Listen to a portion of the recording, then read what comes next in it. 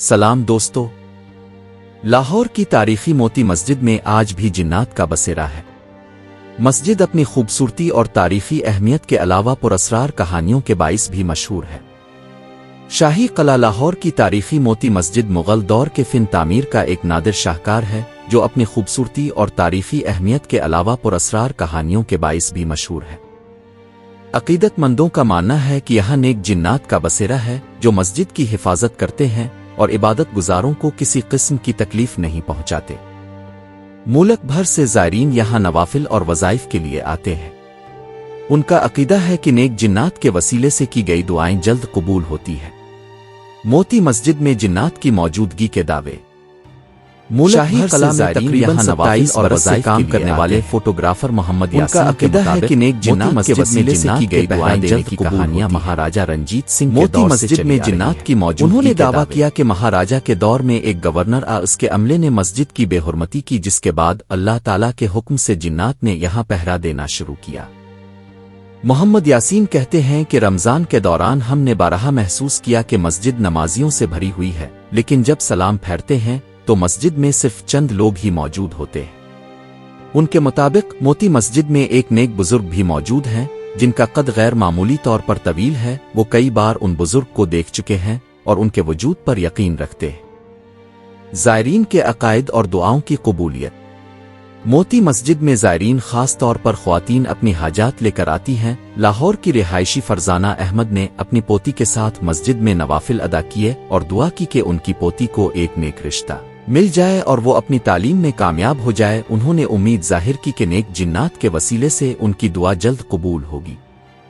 مسجد مغلیہ دور کے بعد سکھوں کے قبضے میں آ گئی اور مہاراجہ رنجیت سنگھ نے اسے توشہ خانہ کے طور پر استعمال کیا۔ اس دوران مسجد کے محرابوں میں لوہے کے دروازے نصب کیے گئے اور اس کے نیچے ایک چیمبر بنایا گیا جہاں قیمتی جواہرات اور ریاستی خزانے کو محفوظ رکھا گیا۔ تاہم مہاراجہ کی وفات کے بعد سکھوں کی آپسی اختلافات کے دوران یہ خزانہ نکال لیا گیا۔ حالیہ بحالی کے کام۔ والد سٹی آف لاہور اتھارٹی کے ڈپٹی ڈائریکٹر ریسرچ طلحہ سعید نے بتایا کہ حالیہ برسوں میں مسجد کی بحالی کا کام مکمل کیا گیا ہے۔ بحالی کے دوران دیواروں سے وہ تحریریں مٹائی گئیں جو زائرین نے اپنی حاجات اور محبتوں کے قصے لکھ کر چھوڑی تھیں۔ فن تعمیر کا شاہکار۔ موتی مسجد مغلیہ دور کے فن تعمیر کی ایک شاندار مثال ہے۔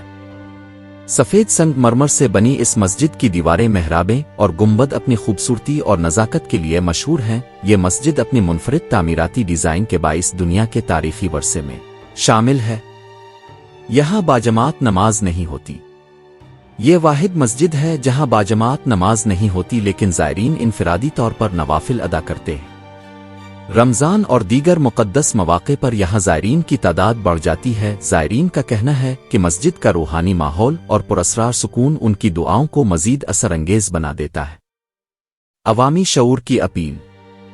یہ 400 سال پرانی مسجد نہ صرف لاہور بلکہ دنیا کے تاریخی ورثے میں ایک اہم مقام رکھتی ہے۔ یہ ہماری ذمہ داری ہے کہ ہم اس تاریخی اور مذہبی مقام کو محفوظ رکھیں اور اس کی اہمیت کو سمجھیں۔ عوام سے اپیل کی گئی ہے کہ وہ مسجد کے تقدس اور تاریخی ورثے کا خیال رکھیں اور اس کے تحفظ میں اپنا کردار ادا کریں۔